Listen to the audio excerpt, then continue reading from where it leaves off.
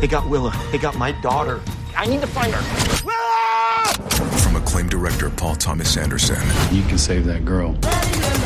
Today, experience what is being called the best movie of the year. This is the end of the line. Not for you. Leonardo DiCaprio, Sean Penn, Benicio del Toro, Tiana Taylor, Chase Infinity. Let's go! Here I am. One battle after another. Now playing only in theaters. Experience it in IMAX. Rated R. Under 17 animated without parent. You can't hide. The Hilton sale is on. Now through September 29th, you can save up to 20% on stays this fall and beyond. Long weekends, last-minute getaways, holiday gatherings. There's a Hilton stay for all of them. More moments, more experiences, more destinations. Now 20% off for a limited time because it matters where you stay. Don't wait. Book by September 29th and save up to 20% at Hilton.com. Terms apply.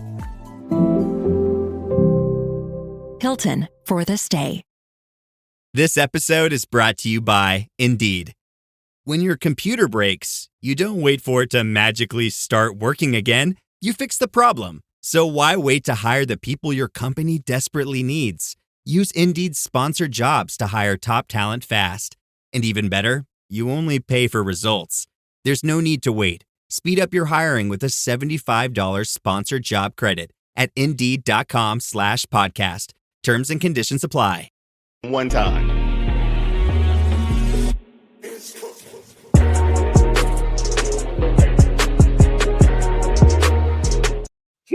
Ladies and gentlemen, welcome to another edition of Kayfabe Podcast. This is about to be chaotic. I feel it already. I am your councilman. We're here with the sweetest ooze, and we're here with the upset people's nightmare because, you know, nobody plays the island. That's worse than That's worse than that faction. My faction crap, man. So are people really not playing the island? Like, are folks really just like, nah? I personally haven't played the island yet, but I'm sure I've seen. I went on. I did a few. I haven't been back, man. I'm my universe heavy and the story heavy. I haven't gotten back. I haven't gotten through the tutorial. Paul Heyman still popping up. Yeah, like I'm still supposed to go meet R-Truth somewhere, and I was just like, nah. Paul Heyman just keep popping up. Yeah, he just keeps popping up, and I'm like posing.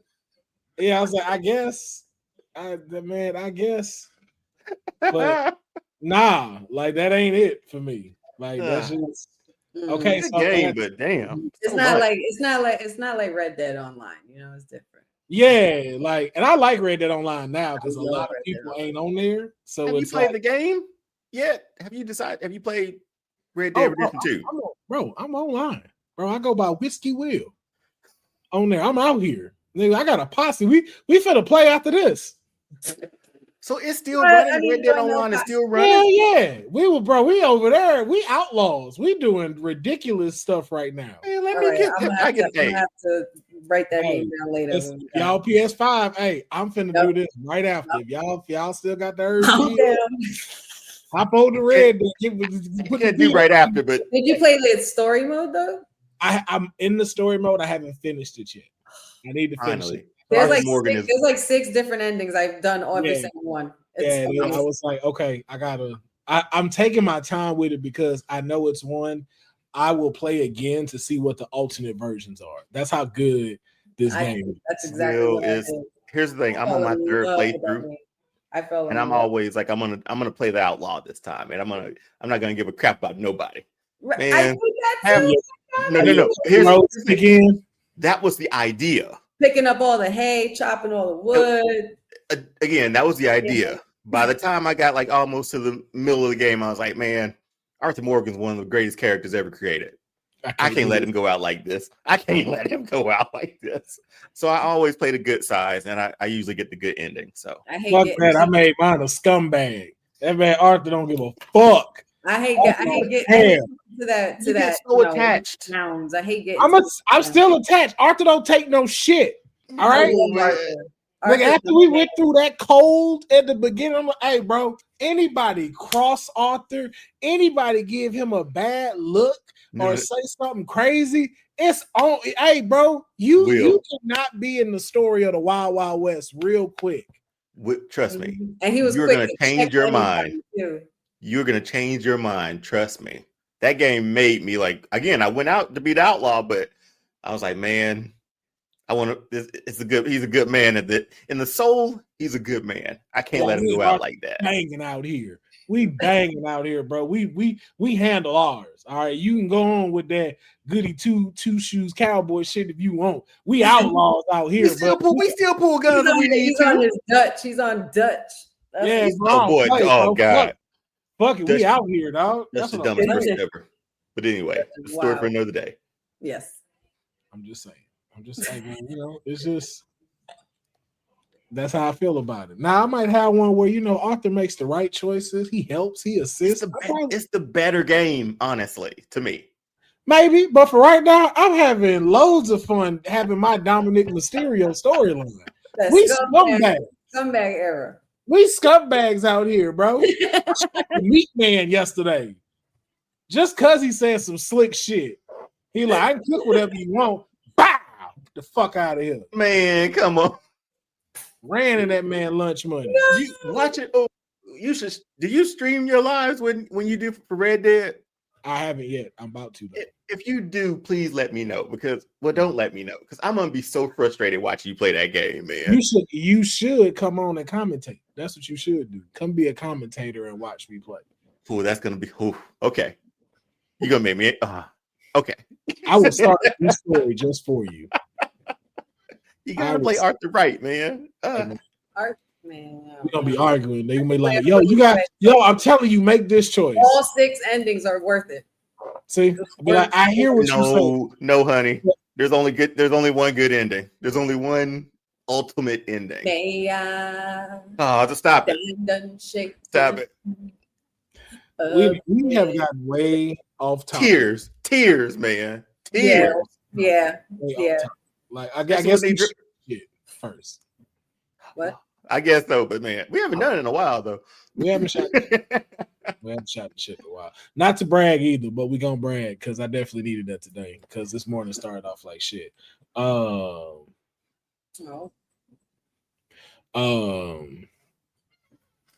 We had a certain person like our recent post, and I feel because Honey discovered it, I feel like she should go ahead and announce it.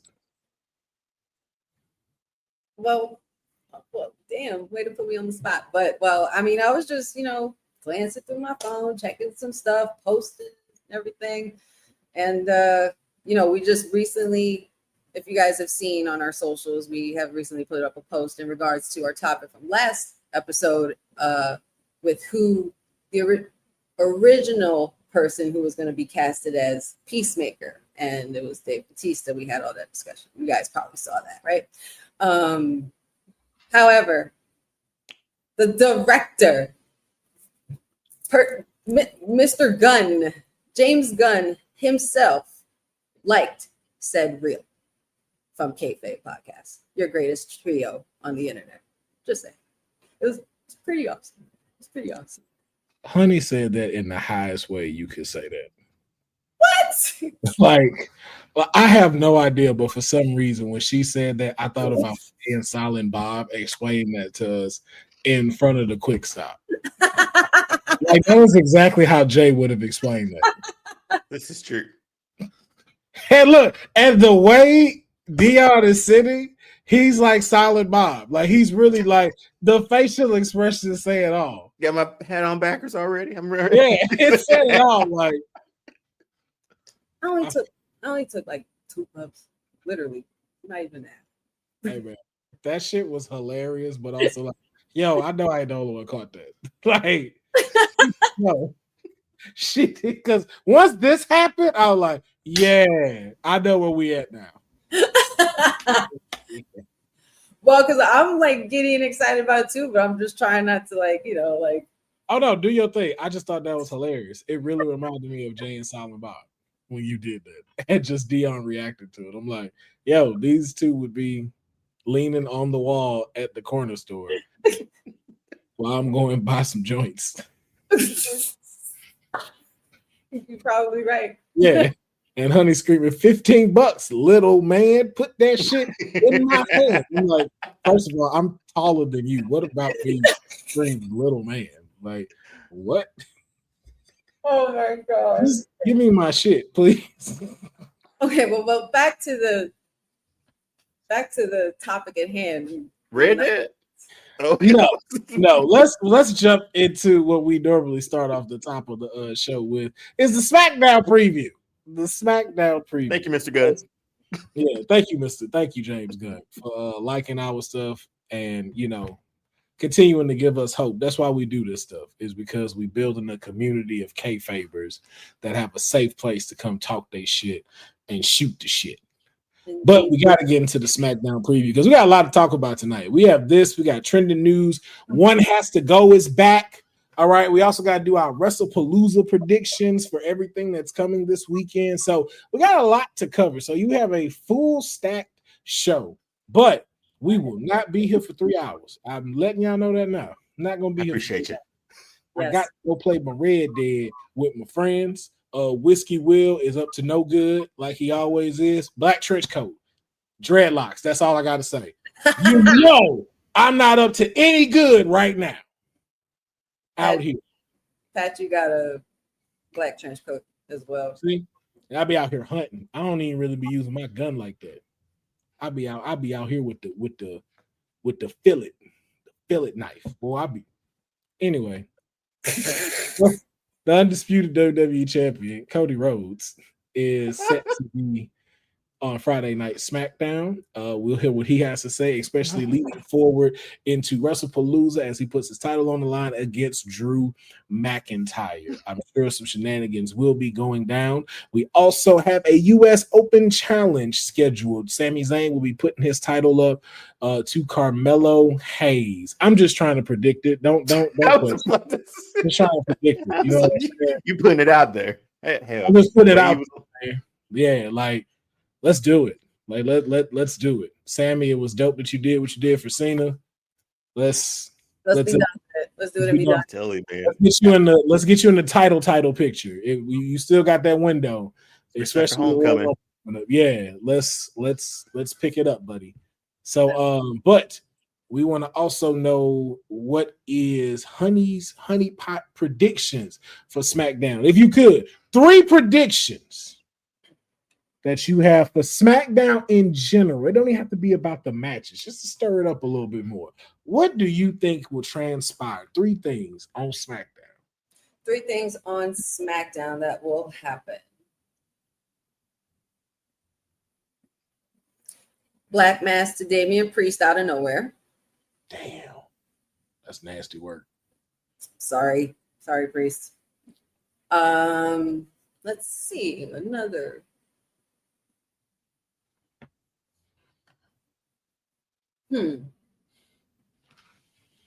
Sami Zayn. Ooh, this is bold.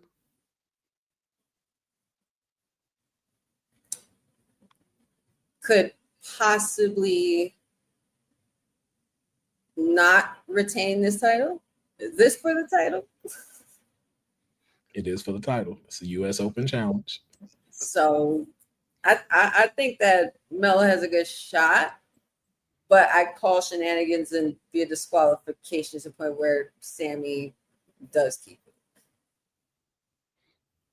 And I'm trying to think of what else.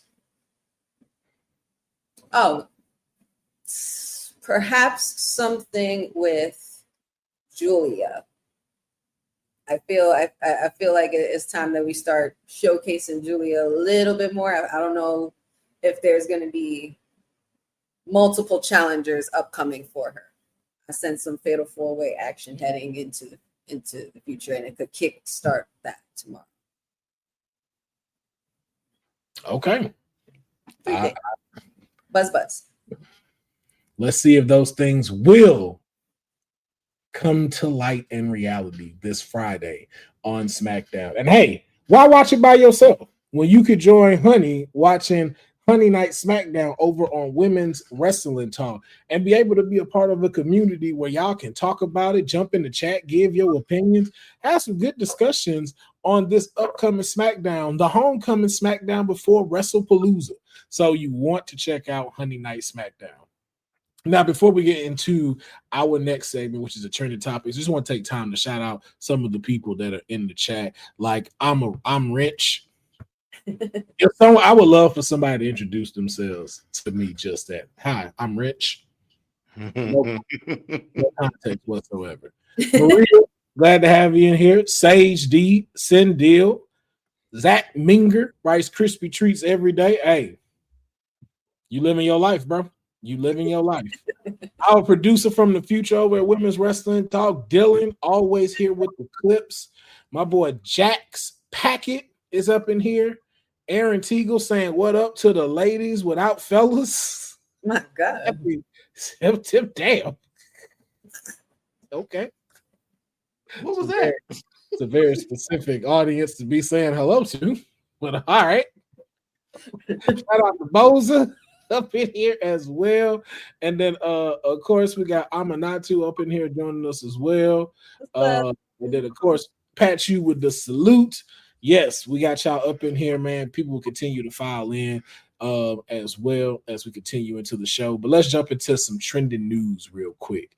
And that is NXT Homecoming. Now, if you did not watch the Homecoming recap show, go check that out on my YouTube channel, man. I had a great guest back with the Mr. Tuesday Night Pharaohs. I had my tag team partner, Honey, in the building with me. We recap NXT Homecoming, and it was incredible. A 10 out of 10 showing. If you didn't watch it, shame on y'all asses. You should have watched it. You missed out. It was like a PLE on Tuesday, and you're dumb for missing it. But that's not what we're here to talk about. We're here to talk about a question I have for the two of you. Now, with Homecoming happening, going back to Full Sail University, it brings us all those sweet, sweet memories of the black and gold era. But now there's been something floating around that we want to address. That there is a Mount Rushmore of NXT stars from the black and gold brand. And of course, thanks to AI, those images were made. And we start off with the men. Someone says that this is the Mount Rushmore of the black and gold brand for the men's division. Now, do we kayfabers? Do we agree with this? And if we don't, who we taking out? And who we replacing them with? Woo. We should go down the list because Finn and Adam Cole, I can put them there. They can stay there. Yeah. So for those that's listening to the audio, we got Finn Balor, Adam Cole, Johnny Gargano, and Tommaso Ciampa. No Sindel, not CM Punk. Because I know which one you think looks like CM Punk. No, I mean, this was Bobby Roode's era too, right? Black and gold. Mm-hmm. Yes, sir. Yep. And just like you not wired in, it was glorious. Indeed. What's the point of me putting it in the breakfast chat? It was the segue of answering you. Did nobody know you wrote that? You never. I do. Oh my gosh, bro! Like I do. Hey, Deonne. Hey, Fabe, all the way and just breaks it. Ruining wrestling. Jeez. I ride with heels and baby faces. No, you don't. You just had this 5-minute speech about how Arthur's a great man. I have to do the right thing. I was going the scumbag route, and I couldn't do it. America. No. I just imagine you flipping the chair, looking at me when you're done. So you thought I was gonna go the bad route, and now you've messed up your Red Dead Redemption game. Well, Deon, if you don't get the fuck out of my face, man. Oh, good grief. Okay. Anyway, so yes, and Deon, you were saying Finn Balor and Adam Cole, you believe can stay. I think you keep them there. Like, those boys had their runs in NXT. Like, Adam Cole hadn't been the same since he left. Yeah, in my opinion. No, that was his peak. And that's crazy that was his peak. It's Jax Packet. So Rollins technically is not part of the black and gold era. He's part of the beginning NXT era. So he technically isn't that. So let me just give a little more context just to be safe. So who we replacing to put in Joe? Or not? Who? Or Kevin. There's numerous other names. That's the thing, man. Like Kevin was there for he didn't feel like he was there for long, but he did a lot. So the black and gold era is anybody from 2012 to 2021. Mm-hmm. And they were already gone by then. Kevin? Mm-hmm. Yeah, he was gone. So yeah. Okay. Yeah. Oh, you know what? You're right. Because then he went on and don't see that. You get Keith Lee in there? Man, you got Aleister Black, Drew McIntyre, damn, Shinsuke Nakamura.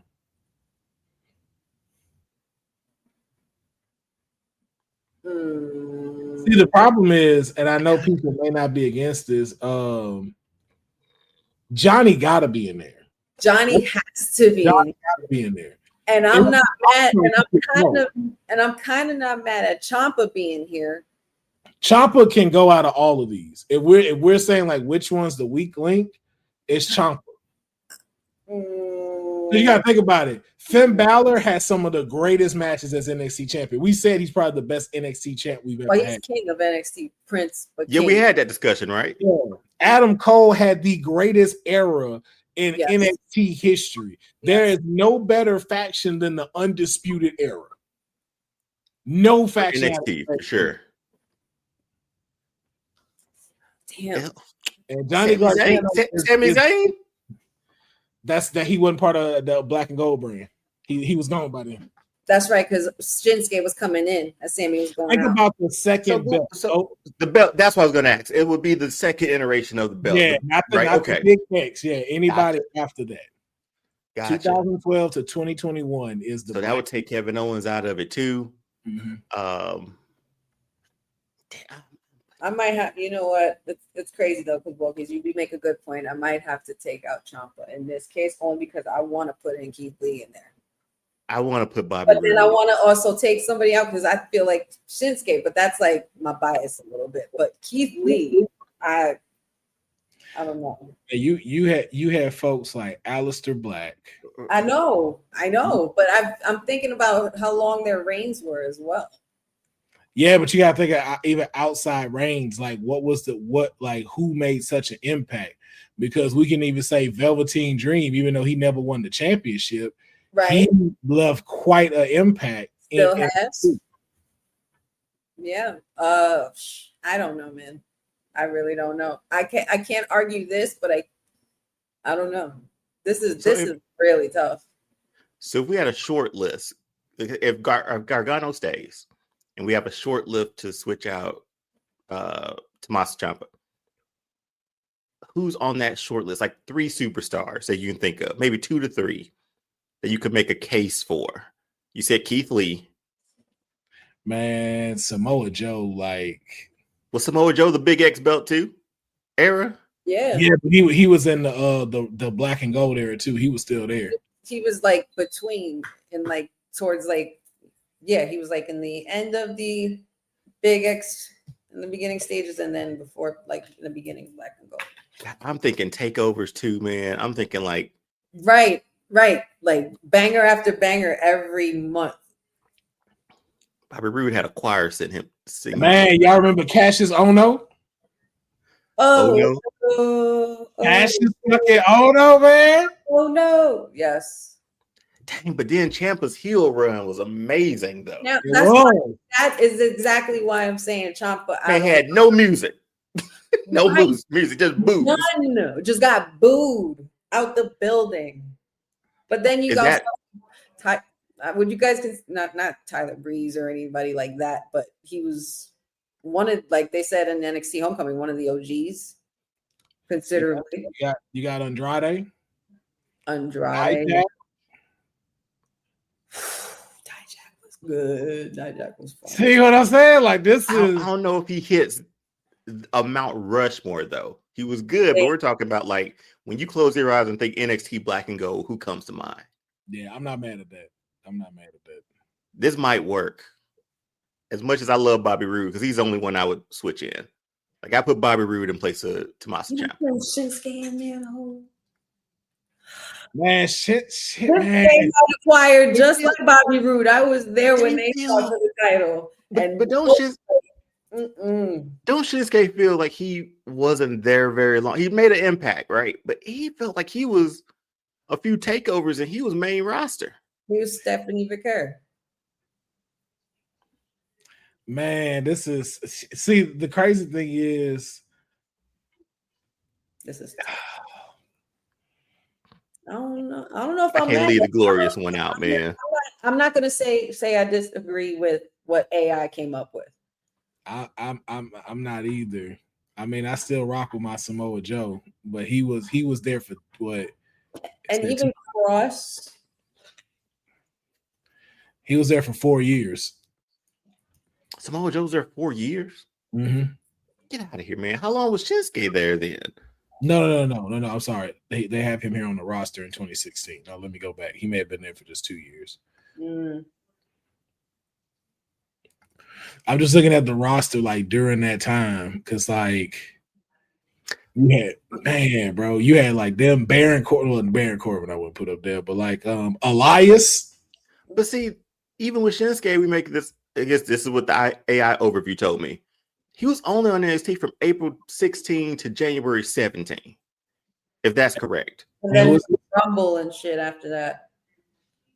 Like for Nakamura. So for Shinsuke, that's why I say he felt like he wasn't there. I'm okay with Shinsuke not being on there. If I'm just being honest.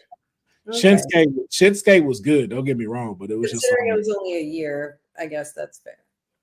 I wouldn't say his impact was as crazy. Like, did he have a great run? Yes. But like as far as the superstar goes. But outside of that, no. Like he didn't like when I think of like the impact of what those in the black and gold made, it's like, man, I want mine to be Keith Lee, but it's like he's an honorable. He could be an honorable mention for me in this case because is man, bro. Psycho Killer. No One Will Survive. The Shocking Turn. Because Ciampa broke my heart into that Titantron. Johnny Wrestling on the LED screen. Like Johnny Gargano. That North American title run was epic. You got somebody that's better than that, Deonne? Then Gargano or Ciampa? Ciampa. Gargano. That's Mr. I was trying to compare title runs because if I'm trying to make the case for Bobby Roode, which title run was better, or which one had like a better rivalry between that one? This Gargano and Ciampa, that story was perfect, especially to turn him heel against a babyface like Gargano. Bobby Roode, man, I just remember him for Bobby Roode, man. Like that's why I'm like, it's glorious. And he did have a great title run. Great runs, but how does it compare to Ciampa's? I remember Ciampa's a bit more. I remember Bobby Roode for the moments, the entrances, the robes, the theme song, the pageantry for that. But Gargano, Ciampa was. How bad? This might work. This might just work. Damn, this might just work. Yeah, because I'm even looking back to like 2012, and I think that's how long ago like they had left. I don't even see Sami Zayn and Kevin Owens on here. That would have been like not the beginning, like that. Oh yeah, because I keep forgetting like there goes Sami. Peacock. Oh no, there goes Sami. Okay. When they had the network, when NXT was weekly on the network, yes. When it first started, I think that's when Kevin Owens came over. Or he was there. Kevin Owens was all around TV. Yeah. And then the night Sami Zayn wins the title, he power bumps him on the apron. Yeah. So and I'm thinking about Adam Cole and like when he first showed up, because I was in that building. I can't even describe to you the way that building shook in Brooklyn when this man showed up. It's like there's three of them where it's like there's no conversation. Like there's no conversation, there's no debate about it. Like even from some of the people in the beginning, like a Seth Rollins, like no, like because if we being honest, NXT don't start getting remembered till this era. Like nobody knows. The only thing they know about the era when this was happening is the horsewomen. The horsewomen are the ones we remember. That's it. Right. You don't remember a Roman Reigns match during NXT. Oh God, no. See, could we even watch it then?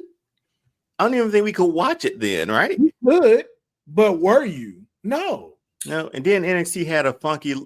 Wait a minute. There's a long history on NXT because it was like a game show. Remember? It was a game show. And that's where we got Daniel Bryan, AJ Lee, and that was yeah. And then it finally took itself seriously when Triple H got the keys to the car. Mm-hmm.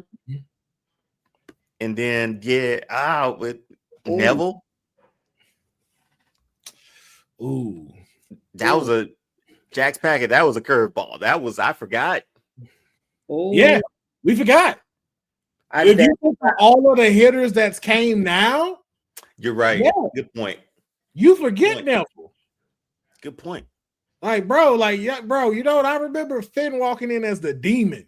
Yes, man. And oh my God. And every location, depending on the location where he was at, he had a theme. Like in Texas, he did like Texas Chainsaw. When he was in London, he did like a Jack the Ripper thing. Oh my God. God. I remember Adam Cole sweet chinning Ricochet when he did a fucking backflip. Oh my God. Road. Or that ladder match, that 6-man ladder match. Yes, for the North American title. Sullivan, all of them, like, oh my God. Wow. Yeah, I think we're good with this one. Yeah, I think we're good on this one. We can keep it pushing. I guess so, yeah. Yeah. But now the more tougher question. Bailey. What? The women's. I'm gonna be honest. No notes. No, you know what? You're right. No notes. Absolutely not. No notes. This isn't Mercedes. This is Sasha, and I'm down with that. I'm down with that. She was ready to be a hater. She was ready to hate. Ready. No, that was percent. That was percent. Yeah, but I'm not arguing that. I'm seriously though. I'm not arguing this. I have no notes on this whatsoever.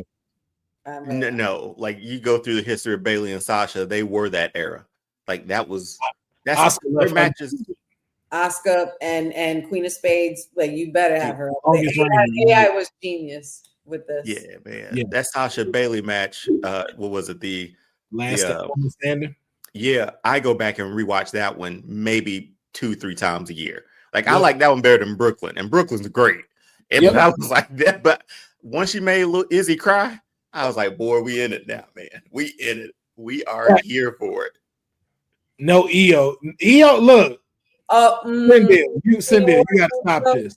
You gotta stop this. This is it. This is Sindel. Come on now. Like Io was popping, but Io wasn't popping like that. I understand, Cindy. Trust me. No.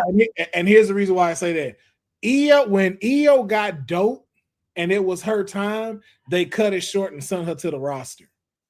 That's what it was. When she was Io Shirai, it was okay. When she turned to Io Sky and the head thing, it wasn't that long until they moved her up. Yeah. So we didn't get like a much of a run as we needed to with her in the NXT Women's Championship. But she had her moment. Her run was incredible. But to go over Mount Rushmore, this is it. This is it. I'm sorry. This has to be it. Hey, you can pin all of them and be great. Guess what? Asuka did the same thing to all of them too. And Asuka is undefeated. Asuka pinned this whole Mount Rushmore or tapped out this whole Mount Rushmore. Same is the longest reigning. Yo, she tapped, napped, and snapped for over 365 days. Mm-hmm. Bailey and Sasha, they are the pillars of why we here in the women's division right now. Two of them. That's why I say no notes. Are we in agreement with that, or does anybody say like, hey, I don't object. I think this person could get switched with this person? I don't object. I understand the other names, but you got like there was a certain, like, Charlotte and Becky, and they were in the 4 horsewomen conversation. However, it wasn't until they got to that main roster where they like you see them exactly who they are, like where they are now.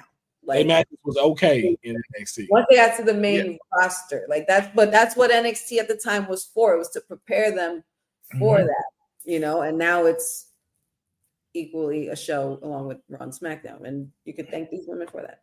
Yes, you can. So let us know in the comments though who y'all NXT Mount Rushmore is on this video when it is up on YouTube. Now we move on to Honey's favorite wrestler of all time.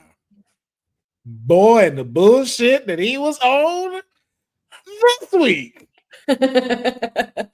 Woo. Now, go ahead. Sorry. I'm sorry. I was jumping. In an interview, Bret Hart had some pretty harsh words to say about Triple H. And Bret Hart has described Triple H as a guy I had very little respect for and wishes the now WWE CCO had been in the locker room when the Hitman knocked out Vince McMahon following the Montreal Screwjob. The quote states, Triple H, I wish he'd have been in the dressing room when I knocked Vince out because he might not be married to Stephanie. And this is during the Manchester leg of Hart's current Inside the Ropes tour. Bret also said that there isn't a single Triple H match he would consider great, and he called Paul Levesque a phony who became Vince's hit guy. Oh my God.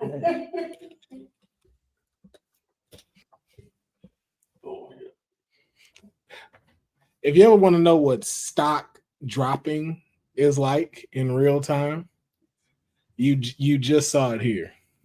Oh, Bret. You just saw it here. Like, oh, Bret. Honey, would you like to start on what's up with your mans? I don't know where to start on this, but do you agree that Triple H has, as he stated, considers to have a great match in any of his matches? I can't honestly say I don't agree with him in that statement. Because I that's just some real true hate right there. I mean, I don't even know what to say because I heard some of the quote, but I didn't hear all the rest of that. And I was just like, whoa. So I'm literally processing this in real time, but it's just not. I don't know Triple H, and I don't know Bret Hart or what Bret Hart went through or whatever, but I do wonder often sometimes what would have happened if they were all in the same room after that screw job. But only they know what happened, and only people are going to say their perspective. Wow, Bret. I'm appalled. But then again, I'm not surprised in certain cases because we've known Bret to say a lot of things about a lot of different people and how he feels about them. And that's all I'm going to say about that. Well, now that we got that bullshit political answer from Honey, Deonne, your thoughts on this subject? I'm so tired of Bret Hart, man. Like we brought this up. We brought what do you say recently? And my answer was like, I just want him to be happy at the end of the day. Like find some peace at the end of the day. No, Bret Hart, you people consider you one of the greatest wrestlers of all time. You're saying that you can't name a single Triple H, like great Triple H match. Like I can't name a single great Bret Hart match after Montreal. So we can come back with that if you wanted to. But to continue to I want to know what the question was. Like, do we know what the question was asked? We do not. They did not. They just said so. The quote. So I would love to know what the question was for him to get to that, because I feel like he finds a way to get it back to being petty with people that he worked with all those years ago. Like, I think it had to do with his positioning of where Triple H is, and just I think the question was just asking him like as far as where the company is overall right now. And then with like them moving to ESPN and stuff like that, and being under, and he got Triple H never had a great match out of that.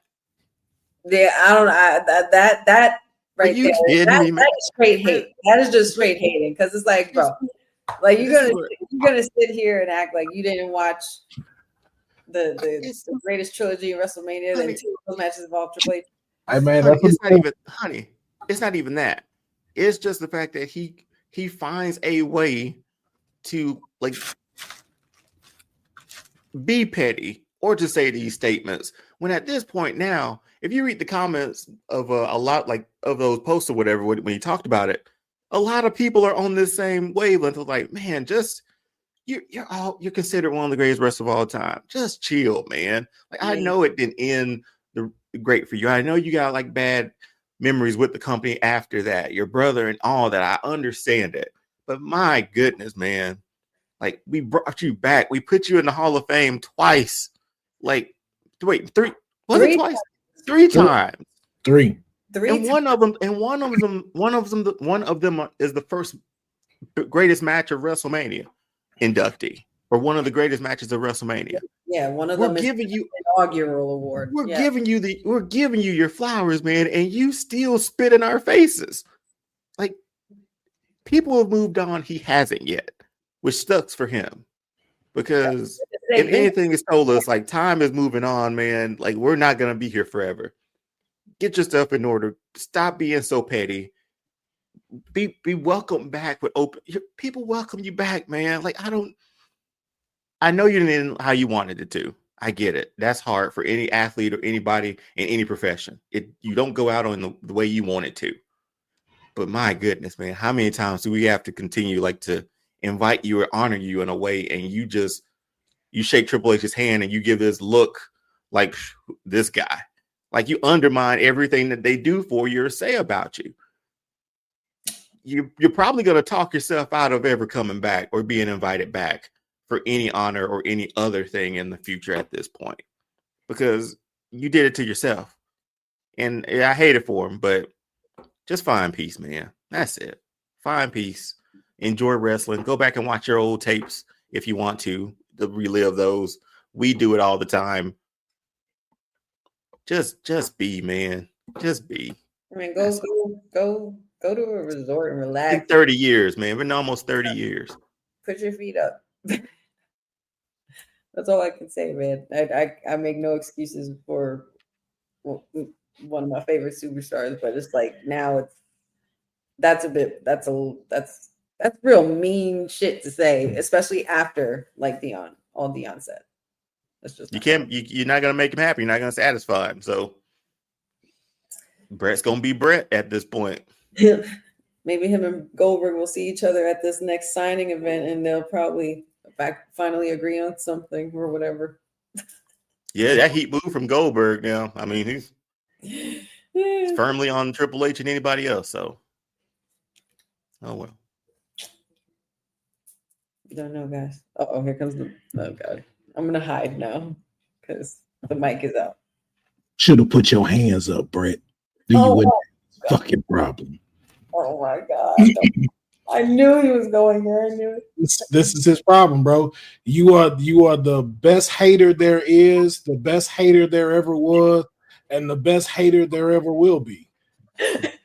I'm so sorry that the industry grew up and you didn't. You're the Peter Pan of the wrestling industry, and you mad. And you just taking it out on everybody. First of all, you could have said what you said about the punching of Vince and maybe change some stuff. That, you know what, you may have been right about that.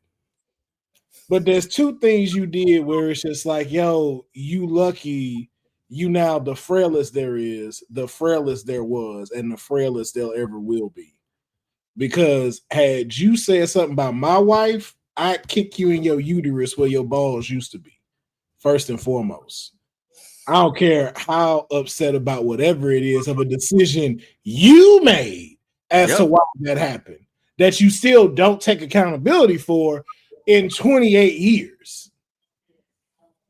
But then to go further along, to sit here and trash everybody because they're not your technique of wrestler. It's like, yes, bro, you are one of the best. We are not going to deny that of you. But for you to deny everyone else of their actual things that they've done, the performances they have put up, is something that you, as a person that everyone else respects, is what makes people not want to respect you anymore. For you to say that Triple H has not had one great match in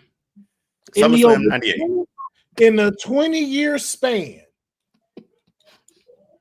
to say he has had not one great match, bruh. No Way Out 2000. No Way Out. And if you really want to go there, Shawn versus Triple H when Shawn came back 2011. Man, the end of an era at WrestleMania. End of the era. Bret, I'm sorry. I'm not sorry you fucked up. I'm not.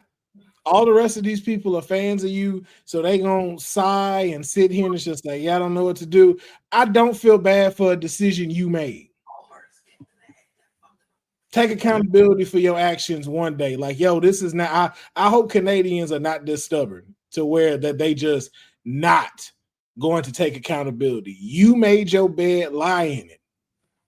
And if you can't come to terms with that, you just gonna keep doing and saying stupid, silly shit like this. Take accountability for your actions, man. This your fault. The consequences in which came to you are your fault. Accept that shit, get some therapy, and then, hey, spend the rest of your time allowing people to shower you with the Bret Hart that they remember. Yeah. Like, as much shit as I talk about this person, nobody really brings up WCW Bret Hart. Oh, God, no. Your highlights is all of the stuff that made you what you call yourself the best there is, the best there was, and the best there ever will be.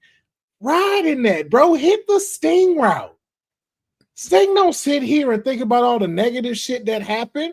I'm sure there's a lot of stuff he had to say about WCW and the decisions they were making. But he wears his face paint when he meets his fans and stuff. Exactly. It's like, bro, you still wear your leather jacket, bro. Relish in the highlights of your career because you got some great highlights. But don't make it to where you're going to overcast those matches by the silly shit that you say here on fucking social media all the time. Because this is what the new generation going to remember you as. Be like, oh, you talking about that old bitter-ass Canadian dude that be just talking crap about everybody?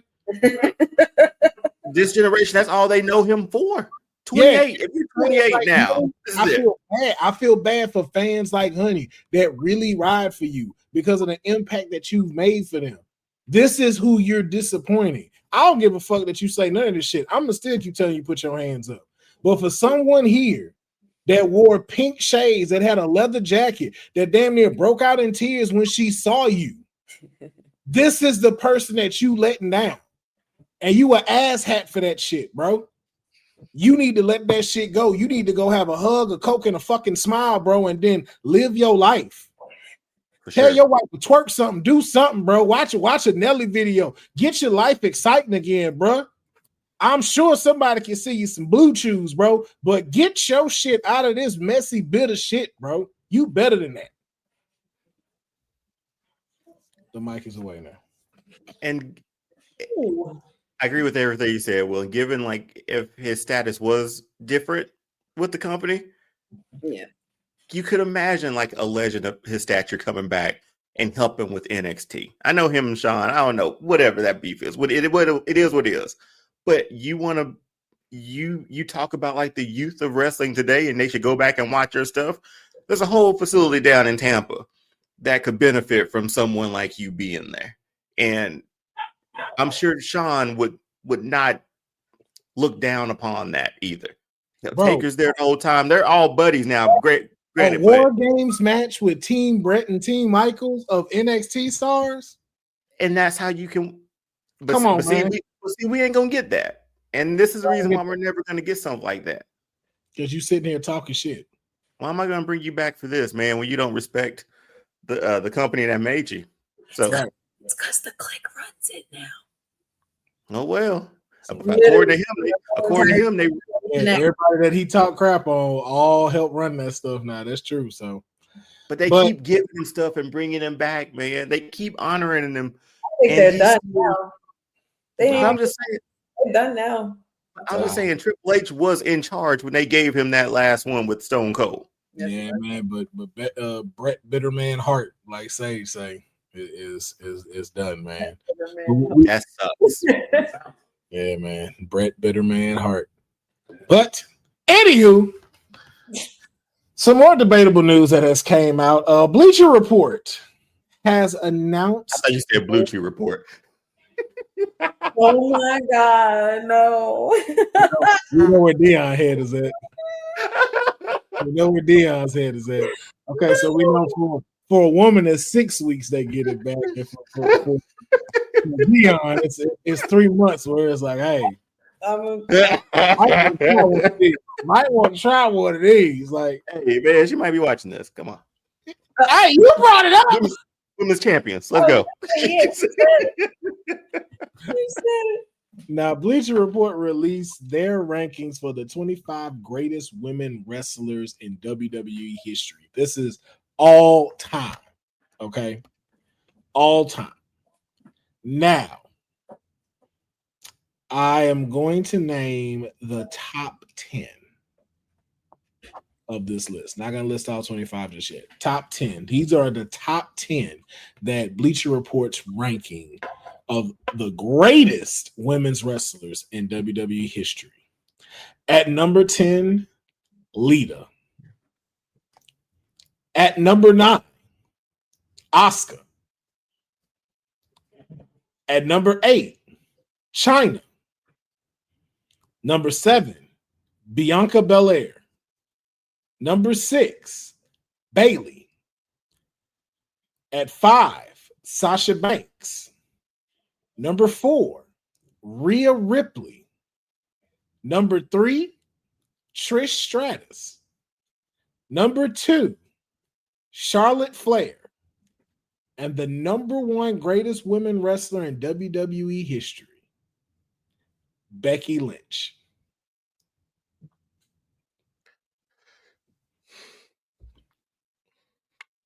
Well, you know my biased ass ain't mad with this, but I'm not being biased with this because this list is stupid.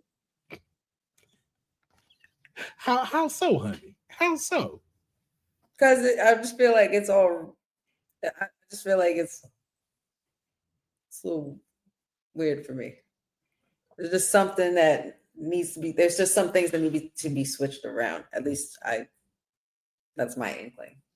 But it's like top 10 of all time, though. This is like all time. Mm-hmm. Yeah, this is. I can read the remaining in WWE history. Yes, at number 11 was Ronda Rousey. Fraudulent. Number 12 is Paige. 13, Io Sky. 14, the Bella Twins. Beth Phoenix at number 15. The Boat at number 16. Mickie James at 17. AJ Lee at 18. Alexa Bliss at 19. Liv Morgan hits 20. Alundra Blaze is at 21. Shayna Baszler at 22. Bull Nakano at 23. Jacqueline at 24. Michelle McCool ends the list at 25. We're gonna have to have an off camera discussion about Michelle McCool, man. I don't know. I missed some stuff with her. That's somehow she just ended up on lists and stuff now. So I was gonna say okay. WWE, right? Mm-hmm. WWE, yes. WWE Bleacher Report list. I don't. Michelle should be higher. What? Asuka should be higher. this is it, man. With these lists like this, no, Oscar right where she need to be. Yeah, you think overall impact in WWE too, like in the history of WWE, who made like the greatest impact? You got Becky at number one, main event WrestleMania, this whole ESPN thing. Now she's been at the forefront, like a face essentially of a women's division, right? Of that 4 horsewomen. She's Charlotte now. She's gonna be like ESPN says Yeah. it, Bleacher Report says it, New York Times Illustrated says it. Sports Illustrated says it. And because you can make a case for Charlotte, you could definitely make the case for Charlotte, just how many rings she's had, and she's a hell of a wrestler too. Trish Stratus, we kind of called her the GOAT already for just the time that she was in and the matches she was able to put on during that time. Yeah, which makes it is why, because Lita is so far is at 10, and she did most of her magic with Lita and a few other hands here. Yeah, I can see moving Sasha and Bailey up. Now, so here's the one I have a problem with. Rhea and Bianca. Here's the problem I have with this. I think people are allowing this era that Rhea has now to overshadow what Bianca been doing before she got off. Mm-hmm. Like, Rhea has not been popular that long, and people act like, yo, so we really gonna act like Bianca Belair was not this person. Was not the it these last few years. These last few years before she got injured. Mm-hmm. And had to take a break and then came back. Because what was that? WrestleMania 38? Was that Bailey and was that Bianca and Becky? I think for the title. I think so. 30. Which 38 is what? It was Dallas. It was Cody coming back. Because at that time, Dallas was Mercedes, Charlotte, and that might have been the one before. Because 38, Rhea was in a tag match. Yeah, because that's when they showed the new women's belt. That was when Charlotte had the Divas Championship, and then Dallas. So the most recent Dallas one. The most recent Dallas would have been 38, I think. And I think that was Bianca. And 40 was Billy. I'm still going back to the one where Bianca and Mercedes headlined WrestleMania. Yeah, that was Tampa, right? Black women. Yeah, and I was there for that one. So given that, Becky and Bianca was that. So given her highlights and her titles runs through WrestleMania, there's no doubt in my mind that she should be top 3 or top 5 on this list. Yeah, we talked about it. Yeah, she's never not had a title.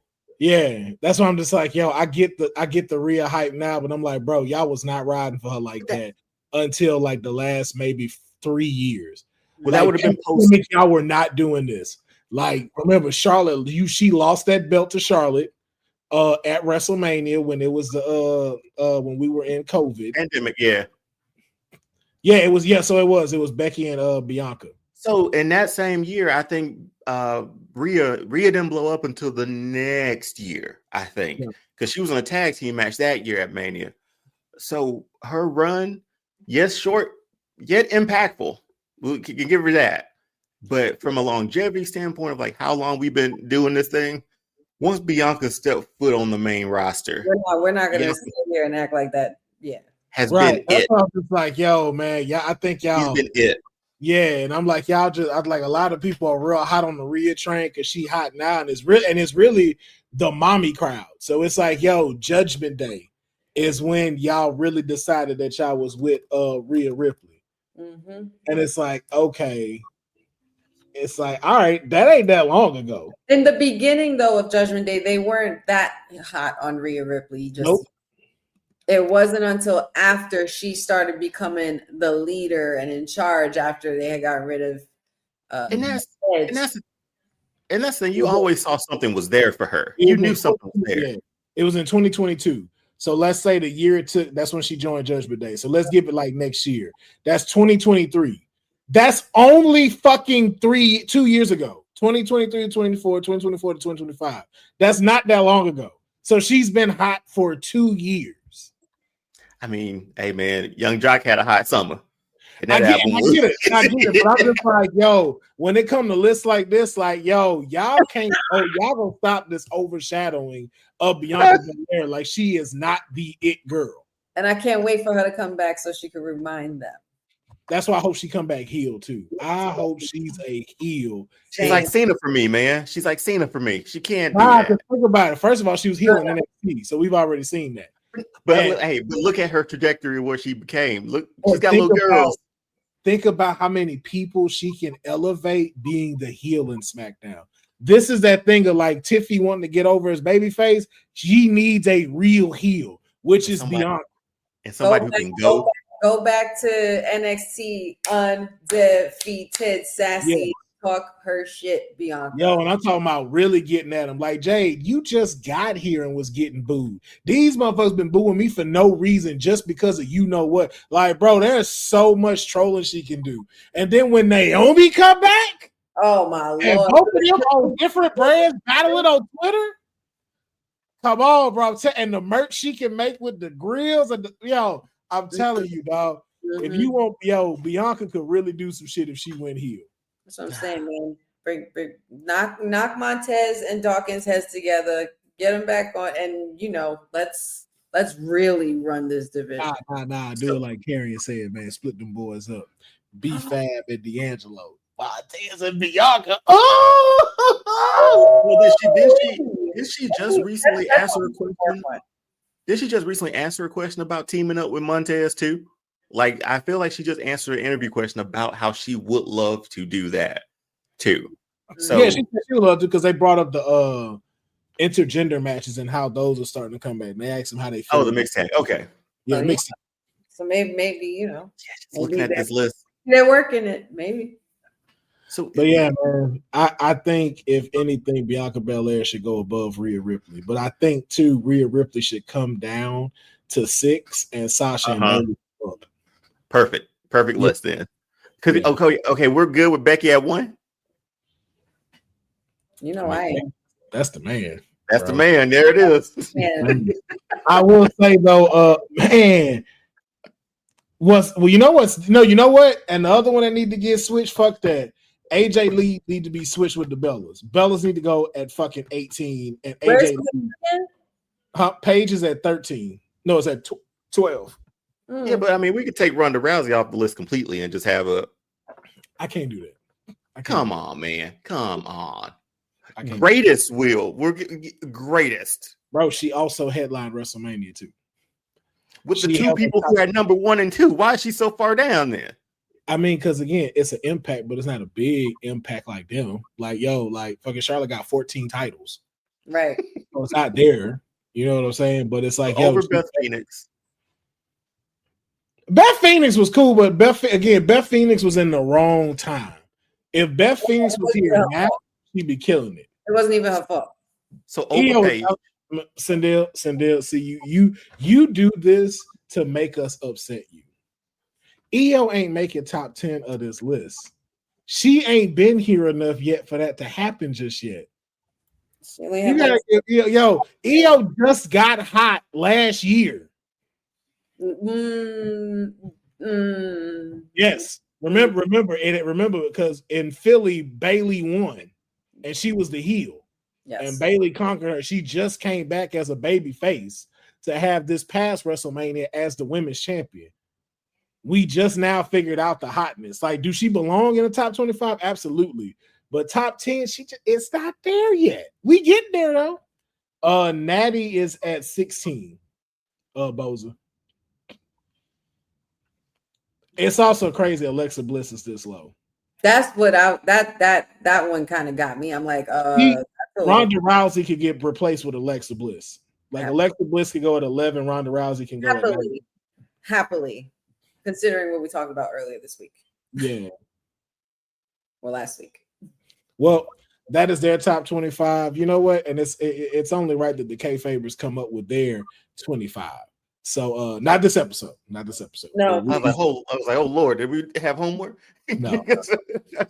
I would never cause you to have that kind of shit. You are Thank you. I can only take so much citalopram a day. So everybody was getting called the best in deal. The 4 horsewomen were called the best in NXT. She's getting there. Like, what more do you want, Cindil? Like, it's just like, yo, Io Sky, Hall of Fame, first ballot next year. Give this woman some time. Give this woman some time. I promise you, by the time we have this discussion again of the greatest women's wrestlers, we're going to be right there with you. Be like, yo, if Io's not in this top 10, they have fucked up royally. for sure. As of right now, I am not mad at her being at number 13. That's a great play. Lucky 13. Number, yeah. Lucky 13. That means we know she's going to excel soon. But you know we mess with Io. Come on. Yeah, like yeah. So walk out on my balcony and do that shit. Like, yes. Right. But all right. It is time for us to get into one of our original segments. And it is One Has to Go. And in the driver's seat on this episode, Honey has taken the wheel. Now, Honey, first question I have to ask, which one goes up first, white background or black background? Hold on. I'm literally pulling up my pet. The fact she don't remember her graphics. No, that would be white background. Okay. So I'm going to give the reins to Honey. And Honey, you let us know our One Has to Go.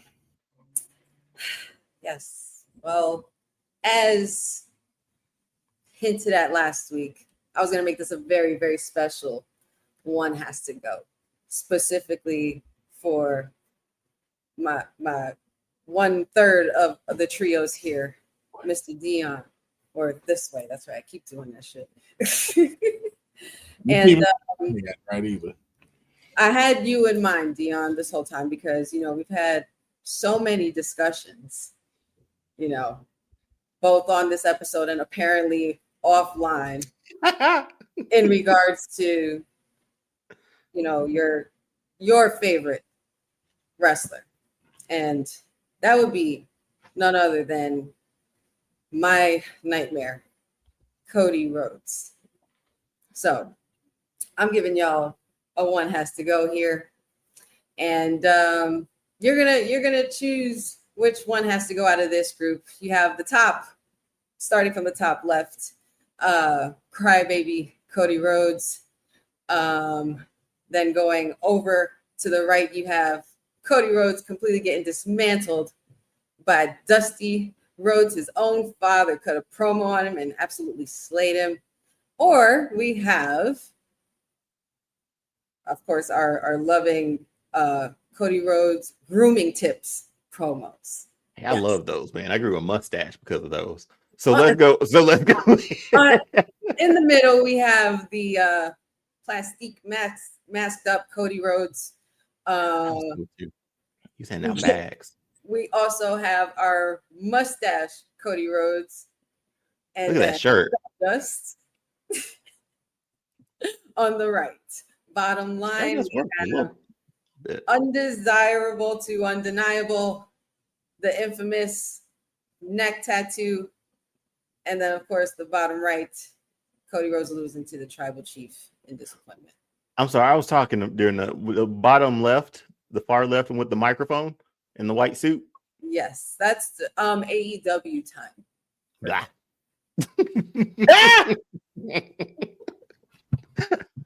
All right. Those grooming vignettes were dope for dashing Cody Rhodes, man. Were they? They were, hey, man. They were. That theme song, and he had a mirror for his time run. Yeah, those were man. That showed his personality there. I could get the Dusty and him one could go because the emotional Cody sort of got you. Did it? Got you towards his when he came back and like, hey man, like they played into that a lot. Second row, One Has to Go. I'm keeping undashing Cody Rhodes. Again, he was handing out bags to people. He handed one to Booker T too. That was hilarious. I think Booker T may have had his first match back against undashing. I don't remember much. I mean, Stardust, he can stay. I like Stardust, man. Stardust had a dope theme song. Stardust theme song is a banger, man. AEW, I know Cody Rhodes with AEW. I'm all right. They booed that man to the point that he ran home. So I'm happy that he. You know what? Wait a minute. Maybe keep that one because I don't get him. I don't get him back. He doesn't come back and finish his story if he doesn't. Oh, Lord have mercy. Oh, well. The AEW one can go. So then you ain't shit.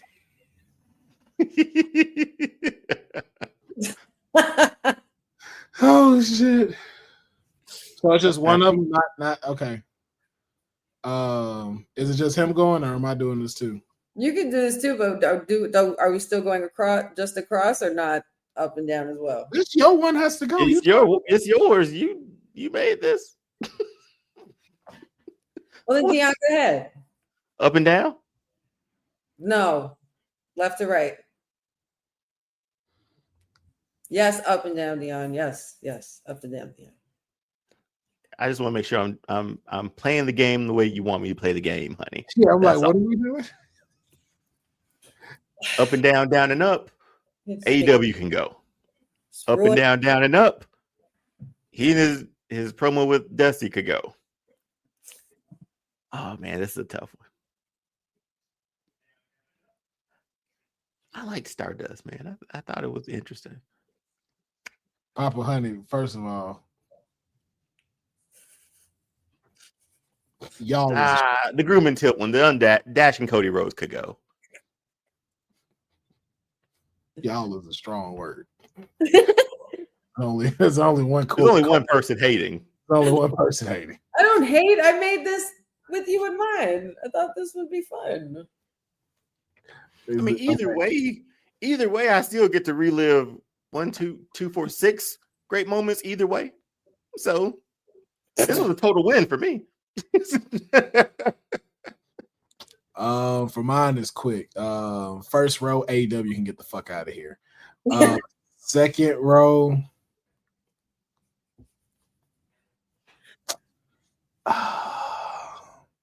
I'm gonna take out the promo with him and Dusty Rhodes just because there's other places where him and Dusty Rhodes had a moment. Mm-hmm. And the third row, get that fucking finish the story out of here. It can go. Hey, y'all gonna get y'all wish at Saudi, so hey, it's a win-win for y'all too. Well, y'all no, gonna get your Rocky Roman. Just the story that was him getting defeated by Roman. And how great was the next year? Well, but we're not talking about next year in this one. We're talking about this. Damn, man, you gotta stop.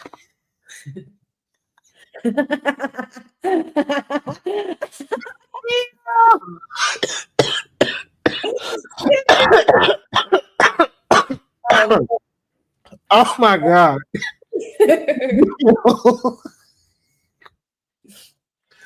Oh shit. What's funny is I heard Honey's voice as I read it. Which makes it more funny. Yeah. Oh my god. Deonne doesn't find this funny, but I think it's But I believe you had another one in mind as well. I have two. Oh, okay. Again, it was with Deonne in mind as well. And we're gonna go this is your extra credit for missing the segment last week. I'll give you a double dosage. Yes, extra credit. So in this regard, this is pretty much time framing Cody as a timeline disruptor. So one has to go. Deonne. Honey, what did it say? The Bullet Club went. Cody Rhodes Bullet Club started from left to right up top. The Rock slapping the shit out of Cody Rhodes at the press conference. And then further right, we have the return of Cody Rhodes. I was there for that one, by the way. In the middle, we have him throwing out CM Punk for the Rumble. The middle, creating AEW along with the Young Bucks there. Yeah, get that out of here.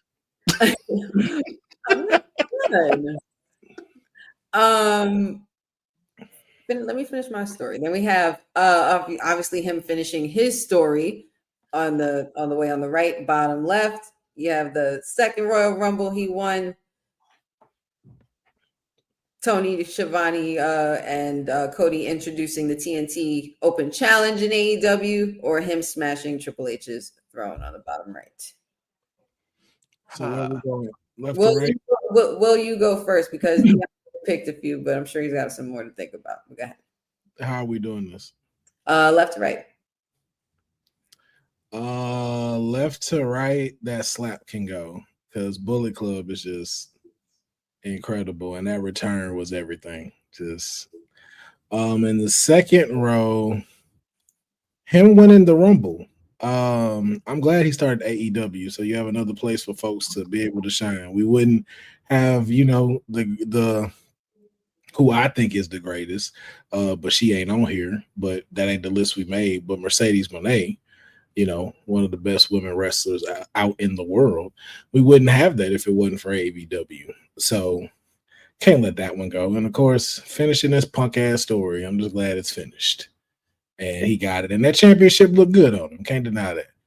And then on the third row, I'm gonna say the throne thing can go. It wasn't necessary. Like, it was a bit much. I think you could have still made your point without saying screw you to the company. But apparently it worked because he's now finishing his story in WWE. So those are my one has to go. For left to right. Top, you did top to bottom. Deonne. Yeah, I could let go of the Bullet Club because that Rock slap gave us the final boss too, and a match that I want to see, but I don't think we'll ever see it. And I was there for 38. That was pretty dope. So next row, I could go Will with this one. I get the cause of why AEW was created. It was an alternative and he needed it. And we see him finishing the story on that one. And then the bottom one, yeah, Vince McMahon was still in charge. He kept taking shots at Triple H. Like Triple H was running the ship, was steering the ship at this time too. So it was like, hey, let's make a Triple H throne and let's blow it up. And yeah, I have to go without that. That was a little cringe, a little bit too for me. So yeah, that's my and then top and bottom, right? So top, the Bullet Club for me can still go because that was that first Rumble win, right? So and then the next Rumble win, yeah, I was there for the second one.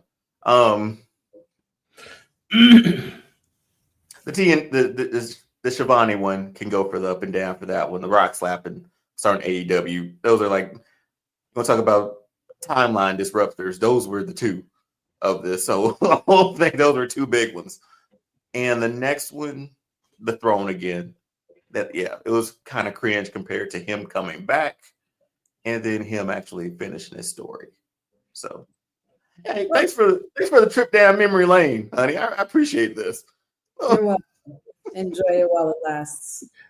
This is how you everything. This is how you know Honey's a sweetheart, but not fully all the way diabolical. Like she get like if she should have been like every one of them should have like a Cody Rhodes loss or something like that, or a win or some sort. Yeah, and also too the placement. So like we going left and right and up and down. Like the way you place this one, like I would have moved the throne thing to another bracket. Because you got two epic moments right here that's just like, okay, I can't get rid of the return and I can't get rid of him winning the first championship. So, but if those are there and the slap was right there, it's like, ooh, interesting. Yeah, it would have got interesting. And then like all his AEW in one line, it's like, ooh, okay. Could we get that match at Saudi though? Or are they going to give us Roman and Rock? We deserve Roman and Rock. I don't even know The Rock gonna be doing that. That's a whole nother year. They'll make it happen. They'll try their damnedest, man. I feel like they'll try their damnedest to pull it out. Oh man, another Cody Roman match. Not another Cody Roman, Cody Rock. Well, we're not getting another. We never got. Well, we should get one. We should have gotten one by now. Do we need one? Come on, man. We all remember. Come on. Do we? Needed one with that before he left. We needed Roman that before he left. Yeah, we did. But Roman was like an afterthought in that build, man. Let's be honest. Come on. So that was the one to go. That was the one to go. One has to go. Let us know yours over there. Sir, do you have a double take today or no? Nah. Okay. Then we'll I was like, what the fuck was that? An afterthought. Roman Reigns an afterthought in the same sentence. Like Deonne. For that title win, that one? Like I know you ride for Cody and stuff, but right. No. It got to a point where I can say personally, it got to a point where I really wanted to see just Rock and Cody. They could have given me that on night one and then have the championship. You're telling me you don't remember that Avengers Endgame match with him and Roman. Even in all of that, you're still saying he was the secondary note of that. From a Bill standpoint, for me, I wanted to see Rock Cody more than Roman. And again, I didn't know they were going to give me the Avengers moment at the end. Yeah, what's the name you go by? I didn't know they were going to give me the Avengers moment at the end. I mean, come on, you do that, you automatically are great. But your name says the people's name. Just take the people's out at this point. No, it's just not. That's what we know he's straight riding for. I only saw the Rock and Cody. Well, you are the people's nightmare. So yeah, we get your bias. Nobody wanted that. Like nobody wanted Deonne. Nobody beat up. Come on, man. Thank you, Sindil. That's like saying, oh, in Avengers, Thanos wasn't relevant. Right. What all the what if storylines are making him feel that way though. They kill him as soon as he shows up with the gauntlet now, man. So that's what this was. So I don't know. I'm tired. So we're gonna move into a new segment called First I'm Take. tired. Right, because I'm like, okay, sir. Now you sound like Bret. Now that's what you're doing. You sound a lot like Bret. You don't even. I know how to put my hands up though. We're doing a new segment called First to Mind. Okay, very quick segment. So when you see this championship, who's the first person that comes to mind? This is the NXT second edition of the NXT championship. Who's the first person that comes to mind? For just straight speedball it off, no other thought.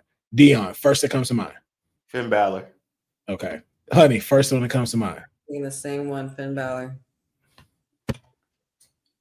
I had Adam Cole. Mm-hmm. Adam Cole. All right, Jeffrey says Ciampa. Throw y'all stuff in the comments. Jeffrey says Ciampa. The first person he thinks when he sees this belt is Ciampa. He did hold that belt like it was like Gollum's ring, man. Like that's how tight. That was Goldie. Goldie, bro. He said, I got to get Goldie back. I was like, yo. Yeah. You do need Did Kevin Owens hold this title? If Finn Balor did, almost positive Kevin did. I thought he had the Big X because he went back. He fought Cena those 3 times, and I think he had the Big X title. It wasn't this one. I thought he showed up. I thought his matches with Cena were the Big X. Oh, yeah. Yeah, I don't think he didn't have that title, Sandil. So we mean just that rendition of it, not NXT in general. Did Ben have the Big X title? Did Finn Balor have the new? I mean, he had the new one. Okay, he never had the Big X title. No, he had the Big X one too, but he moved into the black and gold brand. Okay, I can remember for sure. Kevin Owens had the Big X. Okay. But that's it. We're going to be having some of those little quick segments. The Cross hold that one. Yes, Cross did hold that one. Cross did hold that. Fortunately, that was short-lived. Very short-lived. Thanks, Vince. But yeah, we'll be having those type of little quick tidbits as a segment here on the Kayfabe podcast. Just the first thing that come to mind. It might be championship belts, might be locations, it might be arenas. You never know what it might be, but we're going to do something where we just go first to come to mind. Maybe do even a couple of more. But just wanted to introduce that into the Kayfabe original segments. Now, we're getting down to the end of the show, which is, of course, Wrestlepalooza. That Palooza is going to be happening this Saturday on the ESPN, and you don't want to miss it. Is that your Indiana? Your Indiana? That's. Mm-hmm. Mm-hmm. I think I got them down. Just we're going to get some NASCAR right after. Tune in Eastern Standard Time, and we will get back to you with a little bit of that Wrestlepalooza. But for kayfabe's sake, we are going to be giving out our predictions for Wrestlepalooza this Saturday exclusively on the ESPN app. So if you do have ESPN, the app, you will be able to watch Wrestlepalooza.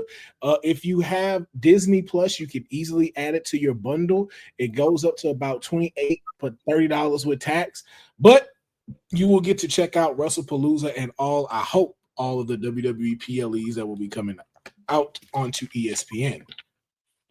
Yeah, I added it to the watch list today from our bundle. So I'm expecting to be able to watch it on Saturday. But yep. So hopefully, fingers crossed, everybody will be checking it out and we will get to talk about it next week. But let's go ahead and dive into these matches and get our predictions. We got the tag team, the Usos returning into tag team fold, going up against the Braun Breaker, and Bronson Reed. When the dust has settled and the tsunami water has cleared and the dogs stop barking and everyone stops yeeting, who is the victor in this tag team match? Honey, who you got? We're going with the Usos. She's going with the Usos. Going down and out by the Bronze. I think they need their comeuppance. They need to bring them to the Uso penitentiary and stop playing. Okay. Deonne? I'm with Snell. Like, the Bronze gotta win this. I like the story we're telling with Jay and Jimmy and whoever Jay is talking to on the phone.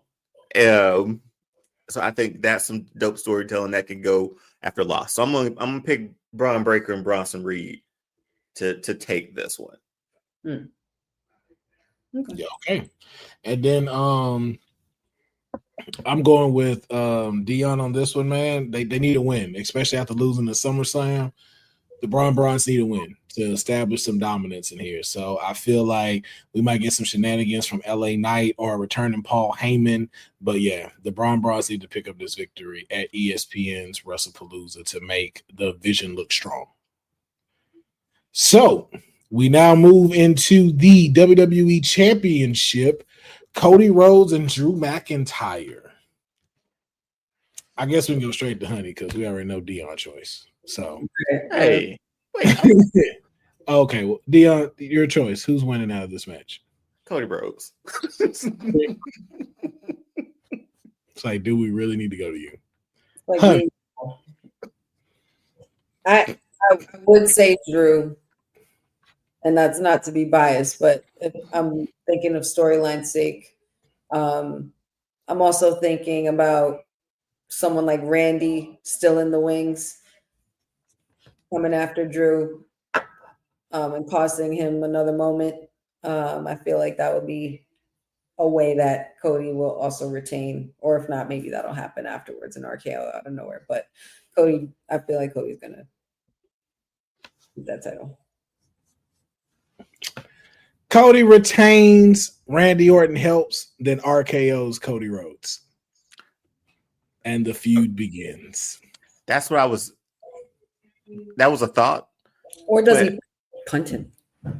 Well, the thing is, like, Drew is pretty untouchable too. Like, he could lose this and still come out looking great. Yeah. Like, he's at that point in his career now where you need a hell of a heel or a hell of a storyline. He's there for it. And win, lose, or draw with him, like he doesn't, nothing hurts him. Yeah. So that's why I'm like, we kind of know this one. I don't know if Orton's really injured. I know there was a mishap between him landing on the ropes and stuff, and he was not happy about that. But we haven't been told anything about an injury or anything like that. So But this one is pretty straightforward just because with everything's going on, man, it'd be weird for him to just get the title back and then lose it. So we shall see.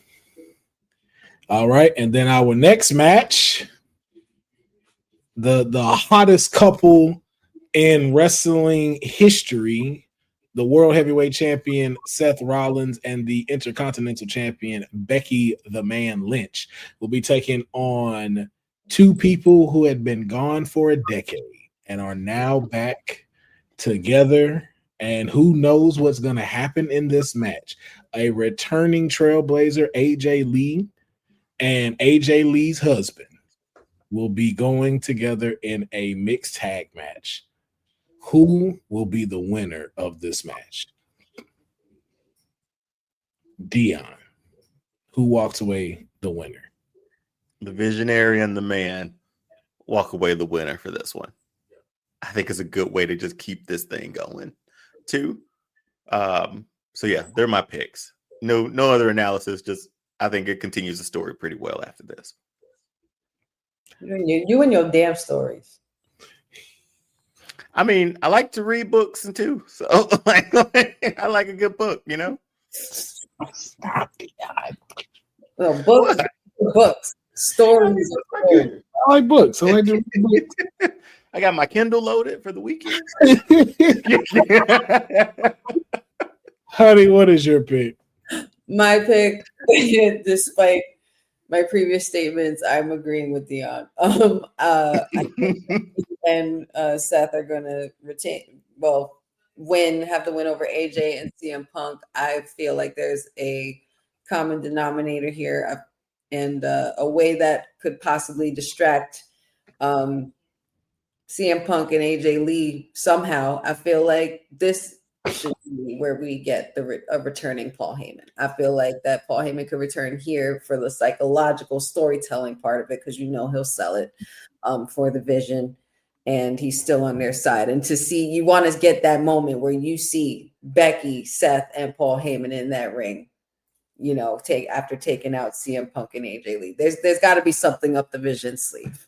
So I'm gonna have to go with that.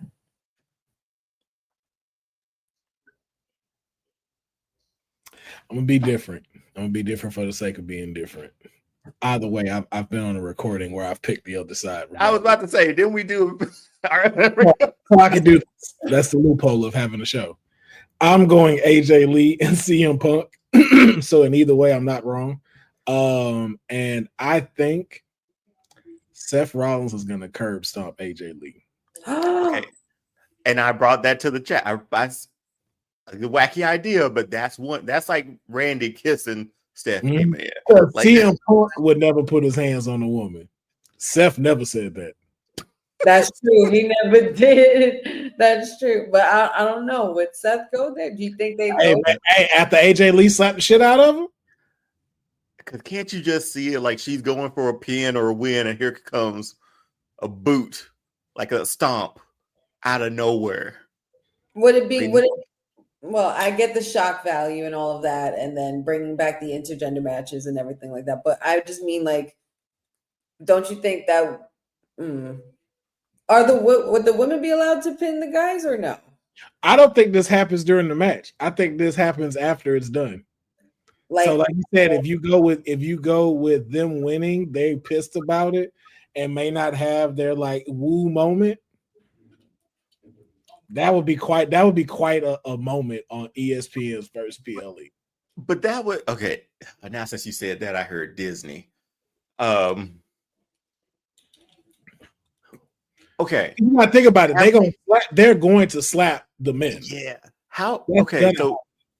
So do we know the rules fully? Do they need to tag out are we doing that? They tag out, right? So I think that shock value will be when, like, you're not supposed to touch, the opposite sex, and here comes Seth rolling in and stomps her.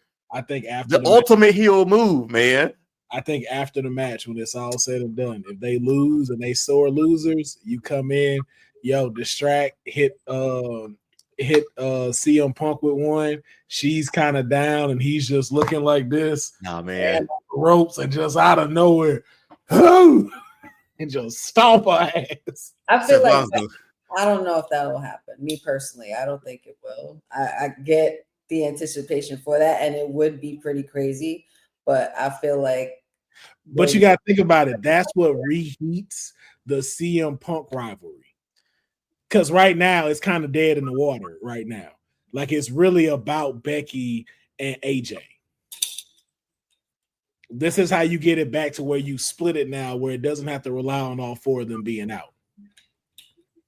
And she came back for a good while too. So she's here for, again, the word of the day story. So this is what Jesus Christ. Be like Pee Wee Herman. But but I think it just keeps adding to it, man. It reheats both of these rivalries, man. We can run with these for a good little while. So end of the year to WrestleMania. I don't know. I think Becky's gonna end up doing a curb stomp instead. That's me personally. I guess it won't have the impact of Seth doing it, but you know. I know that's gonna be it. You need JR on commentary if he does that, man. You need like a classic son of a bitch! Damn you, Seth Rollins! Damn you, Seth! That son of a bitch and that Jezebel! Get him off the ring, ref! That Jezebel. Do you have no heart? Do you have no soul? You son of a bitch! You have no soul! That son of a bitch! Oh no. All right, we're gonna see what happens. And the match that we have learned will open Wrestlepalooza. Yo, really? Yes, this is opening because the tag team's the main event.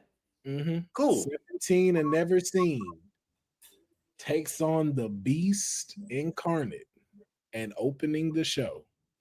With them opening the show, though, who walks out the victor for the last time between Cena and Lesnar? Can I go first? Take it away. My answer is easy. John Cena. Bye, Brock. Yeah, I think we talked about last week. You can see Cena winning out the rest of the year, honestly. Like he's got to exercise a lot of demons because I don't know what his record is against Brock, but it's not a winning one. 4-3. Oh, he's above 500. Okay, cool. So this will put if he won, it'd put him at 4-4. Oh, this is the time we did talk about this, didn't we? You're right. Yeah, let's do Cena. Yeah, Cena will win this one. Yep. Attitude adjustment. 1, 2, 3. That's huge as an opener, man. Your first time on ESPN. How we get people to lock in? If you're clicking over, switching channels, and you see them, we finna see some crazy spots. We finna see some crazy spots from Lord. John and probably from Brock. It does start. It's been reported, Patrick. That's wild. No longer rumor, my love. Like if I'm turning the channel and I'm seeing that, it's like John Cena, Peacemaker. Right? Oh, new episode tonight too. Thank you for reminding me. Oh yeah! Oh my God. Damn it! I still have to get up. Oh, I can't wait. I can't wait. Especially after that like we got today. Better be on and be like, yep. He liked us. He liked us. Yep, that's him. That's him. Thank you, Mr. Gunn. Thank you. Thank you, James Gunn. Thank you, James Gunn. I'm a grown ass man. Dog. Just show some respect, man. Mr. Councilman. I'm not saying shit. Mr. James Gunn. Grown ass man, dog. I pay bills. I can say his full name. I pay rent. Too much of it at that. I can say hey man. I throw the Mr. on there though. Show some respect. I mean, that's just talk to him. Everybody else has to talk to him like Agent Smith, Mr. James Gunn. We missed you. It's about purpose, Mr. Gunn. Purpose. No, I'm not gonna do it. I'm not gonna fully go into it. All right. Last match, which I think should be the main event, but it will probably not be, but it should be. The vacated Women's World Championship will be filled, and a champion will be crowned between these two. Io Sky, Stephanie Vercur, or Velcro to some of the other folks that may know it. But who's walking out as the champ? The Genius of the Sky or La Primera? Who would like to go first? Because I got to. Mine's will go quick on this one. We've been building Stephanie for this. Like, she had her championship matching, scheduled before Naomi had to vacate it. So I think they're pulling that trigger for it now. Gonna be a hell of a match, but I think Wrestlepalooza, this is a perfect time for her to win that title. So I got Stephanie winning it. I have a query. Papa Honey brings up a good point, but I'm thinking of it from the opposite way. What if Asuka costs Stephanie that match? And then we go into a feud there with her. That's interesting. I don't know if I see it that way in my brain, though. Me personally. Because this Wrestlepalooza is like a WrestleMania level sort of feel. I'm just saying, again, we looking at what the picture is and just like seeing if there's that possibility there. That's why I had to light one up. This got me stressed because we know that's gonna happen. A Rhea Ripley run-in is gonna happen as well. I don't know if we need Rhea not on this card. That's true. This is my brutality. That's true because we are gearing up for War Games and Crown Jewel in Perth. But somebody has to win this vacant title. This has nothing. Do they though? Deonne, you might be working with something right there. I'm like, nobody. You mean if nobody wins this? A draw, and you add Rhea and Asuka to it, a fatal 4-way and Crown Jewel in Perth. Oh, you talking about a pop-up? I mean, a pop match, a pop quiz, basically. Whoa. All right, man. We're not gonna do that. We're not gonna do that. We good on time. Stephanie Vercur. I'm picking Stephanie Vercur. Honey, who you got? I just don't want Cindy to hate me. Might be better. I see it. I really do. And please let Booker come out for commentary. Oh yes, man. Oh yeah, man. Even she says she misses Booker T. I'm telling you, man. Before doing it, like she always points at him. It's like she acknowledges it. Freaking hilarious. Yeah, man. Recently talked about it in an interview with Chris Bambier in his on his show Insight. But yeah. I love it. So, well, those are our pick for Wrestlepalooza, man. It is happening this Saturday, the first PLE on ESPN. If you are able to check it out, don't miss it. These are some good, solid matches. And who knows, they may announce even another one on Friday Night SmackDown. We shall see. But we will be talking about it next week. But that is going to wrap up our episode of Kayfabe, and we have done it in under an hour and 45 minutes, man. I am so proud of each and every single one of us, if that was the case. Because it's time to do some Kayfabe Unreal. We got to get into the fantasy bucket. I'm kidding. This is panic, yo. Look at the yo, that man panic, yo. The look in his face, like, wait. He's looking for his notebook. I remember that call sheet. Like Steve from Blue's Clues. We need our handy dandy notebook. But no, we're gonna end it here, man. Papa Honey is in town. We don't want to keep Honey away because I know they got a lot planned. Deonne's been hard at work this week, so we're gonna end this at a reasonable time because it's time for me to go be a heathen in Red Dead Redemption. Whiskey will play no games. This revolver finna get this work. So thank y'all for everybody for checking out the Kayfabe podcast number 48. What are we doing? Wow. 50th, y'all. What we doing? We can talk about it. It can get talked about. Okay. But we will figure that out soon for y'all, man. Thank y'all for checking it out. Please make sure that you like and comment and subscribe. And be sure, for everybody that's watching this, all right, the three of us can always use your support. You look over there to that Cody Crybaby Final Boss Lover. This man has an incredible show called All-Star Fandom. They are live every Wednesday to talk about the most recent things going on in pop culture, comic books, and movies, and they cover shows that are going on as well. Go and support. Follow All-Star Fandom on Instagram so you know when it's coming out. That way he sends you personal DMs letting you know that it's coming. So go over there. As much as you support kayfabe, go over there and support All-Star Fandom, as well as go and support Wrestling with Honey. Wrestling with Honey's podcast will be coming in 2026, but there's no reason for y'all to not start subscribing to the YouTube. So she got subscribers to get ready to be able to give all this content to. So make sure you go over there and support as well as on Instagram. And of course, me on YouTube. I have a whole bunch of content on there. Click on it, watch it. I just need like 13 hours and I can finally get back to monetizing my channel so we can be able to make some dollars and I can pay these people to be on here and I can pay myself all the fucking edits and shit I be having to do that I wait till 30 minutes to fucking do. That's on me, not them. That's just how my brain operates. For some strange reason. But yes. And make sure that you check out crownandcloak.shop, like a cloak that you put on. Go get some merch. All right. It's the holiday season. I got stuff for nerds.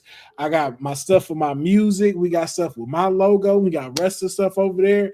Go grab you some merch, not just for yourself, but for people for the holidays. You know what I'm saying, man? Don't worry about like, hey, what am I gonna get them? Get them some shit they ain't never seen before. Be like, look, I watch him all the time. I wanted to get his shirt because I thought it was dope and you like it. Hey, I'm telling you, I even got stuff for ladies on there. Fellas, do yourself a service, man. Okay, we got pajamas. I'm not gonna say nothing more than that, but pajamas. You get what I'm saying? All right. Thank you for checking out another episode of the Kayfabe podcast. And let us know what y'all think we should do for the 50th episode. Oh, yeah. Y'all let us know in the comments what we should do for the 50th episode. But we're going to get out of here. Peace and chicken grease to our Kayfabers. And always remember, unlike Deonne, don't break the Kayfabe.